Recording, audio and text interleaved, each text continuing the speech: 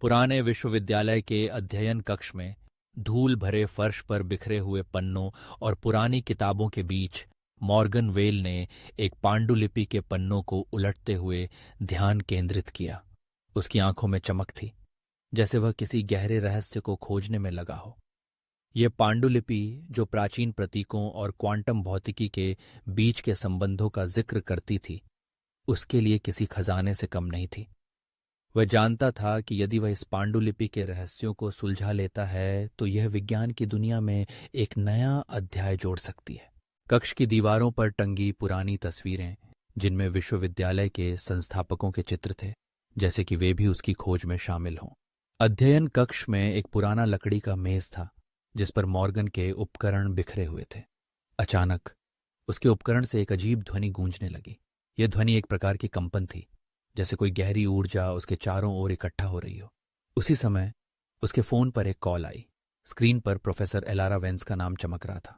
Morgan, हमें तुरंत मिलना होगा। एलारा की आवाज में चिंता थी। डॉ थॉर्न गायब हो गए हैं, कोई भी उन्हें नहीं ढूंढ पा रहा है। उनकी प्रयोगशाला में अजीब घटनाएं हो रही हैं। तुम जल्दी आओ। मॉर्गन ने तुरंत प्रयोगशाला की ओर रुख किया। विश्वविद्यालय का परिसर हमेशा की तरह शांत था, लेकिन आज कुछ अलग ही था। जब वह क्वांटम प्रयोगशाला में पहुंचा तो वहां का दृश्य अराजकता में था। कुछ छात्र और शोधकर्ता इधर उधर भाग रहे थे। उनके चेहरे पर भय और चिंता थी। प्रयोगशाला के उपकरण बिखरे हुए थे और दीवारों पर अजीब प्रतीक बने हुए थे, जो डॉ थॉर्न के प्रयोगों की गवाही दे रहे थे। यहां क्या हुआ? मॉर्गन ने एक छात्र से पूछा। डॉक्टर थॉर्न ने एक नई थ्योरी पर काम किया था, लेकिन अचानक सब कुछ गलत हो गया। उन्होंने कहा था कि वह एक नई वास्तविकता का पता लगाने जा रहे हैं, लेकिन अब वह गायब है। कोई नहीं जानता कि वह कहाँ गए, छात्र ने हड़बड़ाते हुए कहा।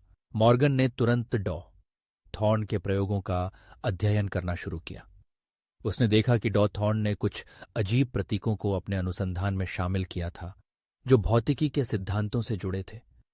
जैसे जैसे वह इन प्रतीकों को समझने की कोशिश करता गया, उसे एक प्राथमिक सिद्धांत विकसित करने का विचार आया। उसे लगा कि डॉ थॉर्न ने अपनी खोज के दौरान किसी गहरी और खतरनाक वास्तविकता में प्रवेश कर लिया था, जो उनके लिए घातक साबित हुई। एलारा ने उसके पास आते हुए कहा, हमें एक छिपे हुए कक्ष में जाना होगा। वहां डॉलर थॉर्न का अधूरा उपकरण हो सकता है।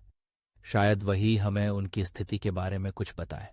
दोनों ने प्रयोगशाला के पीछे एक दरवाजा खोला, जो एक अंधेरी सीढ़ी की ओर जाता था। सीढ़ियां चढ़ते हुए उन्हें एक पुरानी और गुप्त जगह का एहसास हुआ। वहां एक कक्ष था, जिसमें एक अधूरा उपकरण रखा था। उपकरण की सतह पर वही अजीब प्रतीक थे, जो उन्होंने प्रयोगशाला में देखे थे। क्या हमें इसे सक्रिय करना चाहिए? एलारा ने पूछा। उसकी आवाज में हल्का सा डर था। हमें कोशिश करनी होगी, शायद इससे हमें डॉ थॉर्न का पता चल सके, मॉर्गन ने कहा। उसने उपकरण को चालू किया। अचानक कक्ष में अजीब घटनाएं घटने लगीं।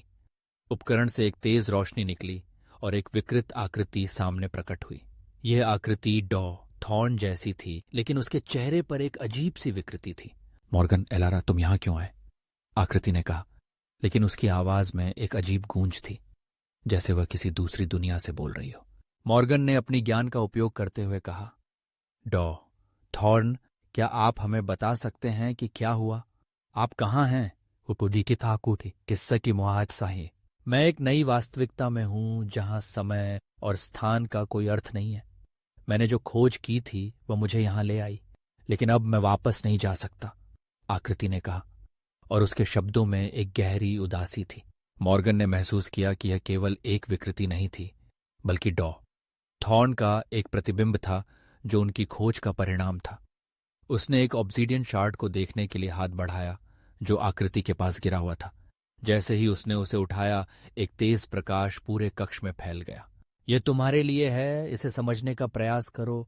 यह तुम्हें नई जानकारी देगा, लेकिन यह खतरनाक भी हो सकता है, आकृति ने कहा, और फिर वह धीरे धीरे गायब हो गई। मॉर्गन और एलारा ने एक दूसरे की ओर देखा। उनके मन में अनगिनत प्रश्न थे। वे कौन थे और यह सब क्या मतलब रखता है? ये सवाल उनके दिमाग में घूम रहे थे। मॉर्गन ने शार्ड को अपने हाथ में पकड़ा और उसे महसूस किया कि यह केवल एक वस्तु नहीं, बल्कि संभावनाओं का एक द्वार था। उन्होंने एक दूसरे की आंखों में देखा और समझ गए कि उनकी यात्रा अभी खत्म नहीं हुई थी। वे एक नई खोज के लिए तैयार थे जो उन्हें और गहरे रहस्यों में ले जाने वाली थी। इस तरह कहानी एक गूढ़ और रोमांचक मोड़ पर समाप्त हुई, जहां विज्ञान और रहस्य का एक नया अध्याय खुलने वाला था।